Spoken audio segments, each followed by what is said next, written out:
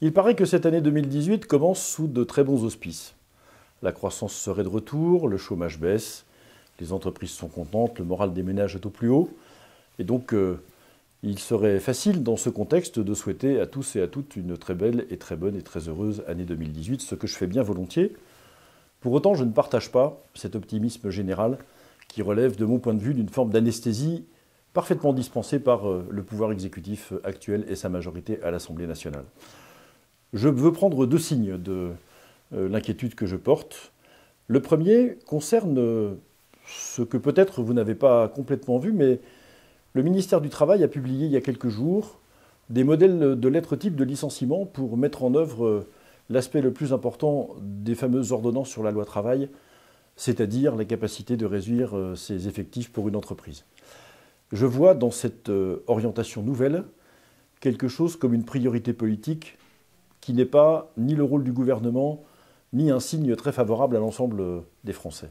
Le rôle d'un ministère n'est pas d'expliquer comment on supprime des emplois, c'est d'aider à en créer davantage. Et le fait qu'on veuille absolument montrer de la bonne volonté en sécurisant ces procédures, qui sont certes difficiles et risquées parfois de licenciement, le ministère du Travail et le gouvernement prennent une orientation qui ne me paraît pas juste, qui ne me paraît pas conforme à l'esprit des institutions et qui ne me paraît pas conforme non plus au rôle d'un ministère. Il y a là une forme de dérive grave qui se déroule d'ailleurs dans un silence à peu près total des organisations syndicales, ce qui est certainement ce qui me surprend le plus.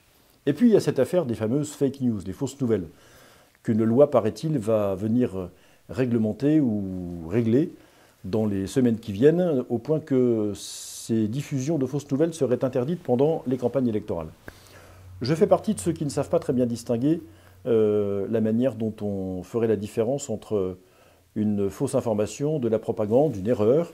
Et en tout cas, je ne vois pas qui pourrait s'en occuper, je ne vois pas quelles sanctions on pourrait prendre contre celui qui s'est trompé, et je ne vois pas comment on pourrait faire autrement que de demander d'abord aux sites gouvernementaux de fermer, puisqu'ils sont sans doute parmi les diffuseurs les plus actifs et les plus ardents de fausses informations ou d'informations tronquées.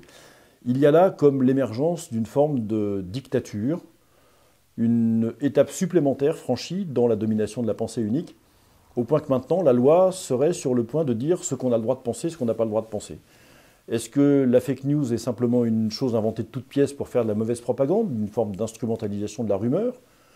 Ou alors est-ce que ça concernera aussi des idées qui sont en opposition avec la ligne dominante du pouvoir politique, c'est-à-dire l'expression de ce que M. Macron a rétabli comme étant le camp du mal contre le camp de la vérité que notre président de la République prétend incarner aujourd'hui?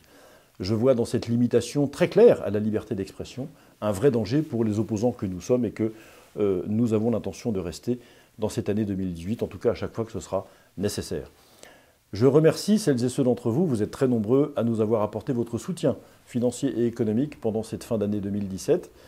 Grâce à vous, nous avons récupéré quelques moyens qui permettent à la fois de vous souhaiter à nouveau et sereinement une très belle et très heureuse année 2018, malgré tout, en même temps que de vous donner rendez-vous régulièrement et de vous dire que nous avons les moyens d'assurer notre développement et nos moyens d'expression pour l'année qui vient, grâce à vous en très grande partie.